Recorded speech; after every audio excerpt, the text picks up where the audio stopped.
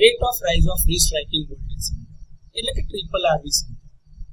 તો જ્યારે સર્કિટ બ્રેકરના કોન્ટેક્ટ્સને અલગ કરવામાં આવે છે, એટલે કે ભાઈ તમારા જે મિક્સ મૂવિંગ કોન્ટેક્ટ છે તમારા ફિક્સ કોન્ટેક્ટથી અલગ થાય છે, ત્યારે બે વચ્ચે આર્ક ઉત્પન્ન થાય છે.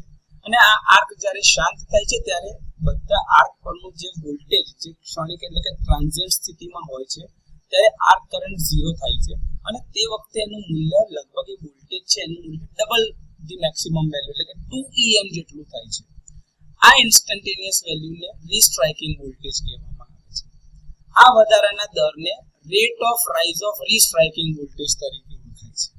હવે આજે ટ્રિપલ આરવી છે એ શોધવા માટેનું સૂત્ર એ છે કે ભાઈ રીસ્ટ્રાઇકિંગ વોલ્ટેજની પીક વેલ્યુ એટલે કે ભાઈ મેક્સિમમ કિંમત છેદમાં માઇક્રોસેકન્ડમાં 0 થી પીક વેલ્યુ સુધી જવા માટે જેનો સમય લાગ્યો એ ટાઈમ માઇક્રોસેકન્ડ્સમાં હોય છે એ લખવું.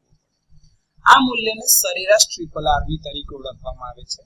હવે આ રેફરન્સમાં એટલે કે સંદર્ભમાં બીજી બી એક ટર્મ છે જેને કહેવાય છે maximum rate of rise of restriking voltage. અને એ વોલ્ટેજ કર્વના મેક્સિમમ સ્લોપ એટલે કે જે ઢાળ હશે એના ઉપરથી વ્યક્ત કરવામાં આવે છે.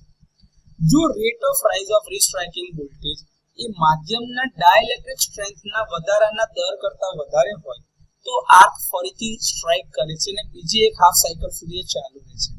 પરંતુ જો માધ્યમના ડાઇલેક્ટ્રિક સ્ટ્રેન્થનો વધારાનો દર એ rate of rise of restriking voltage કરતા વધારે હશે તો આર્ક ફરીથી સ્ટ્રાઇક થશે નહીં, એટલે કે આર્ક ક્વેન્ચ થઈ જશે. આ જે સ્ટેટમેન્ટ છે એ તમારું સ્લેપિયન્સ થિયરી પરનું સ્ટેટમેન્ટ છે.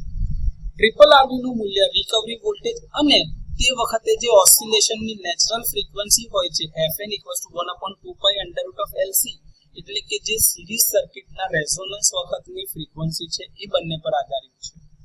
જ્યારે બસ બારની નજીક આવો શોર્ટ સર્કિટ થાય છે ત્યારે L નું મૂલ્ય ઓછું હોય છે. હવે જો L નું મૂલ્ય ઓછું હોય તો તમારા ઓસિલેશનની નેચરલ ફ્રીક્વન્સી વધી જશે. એના કારણે ટ્રિપલ આરવી જે છે એનું મૂલ્ય ઘણું વધી જાય છે. તો આ રીતે rate of rise of restriking voltage સમજાવી છે.